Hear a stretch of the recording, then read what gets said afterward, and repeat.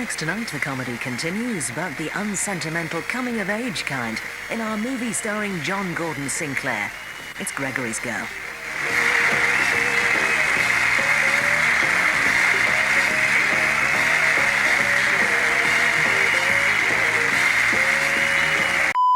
This is ITV3. We have some terrifying news today. We just let all know, there's a firebomb placed on ITV1 at 8:24 a.m. today.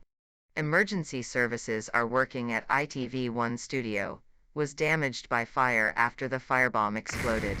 What hell is going on? Are you kidding me? There's a second explosion at ITV2 at 8:38 a.m. today. ITV1 and ITV2 are under attack.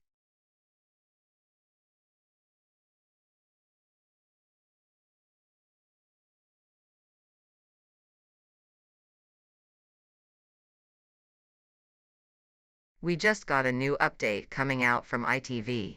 ITV like to say that an explosion at ITV1 and ITV2 this morning. It could be the terrorist attack in our headquarters. Because of this you need to escape, if not, a firebomb burns your skin at 50% and could kill you. We stopped our programming to hear an emergency broadcast. ITV News will on after an emergency broadcast.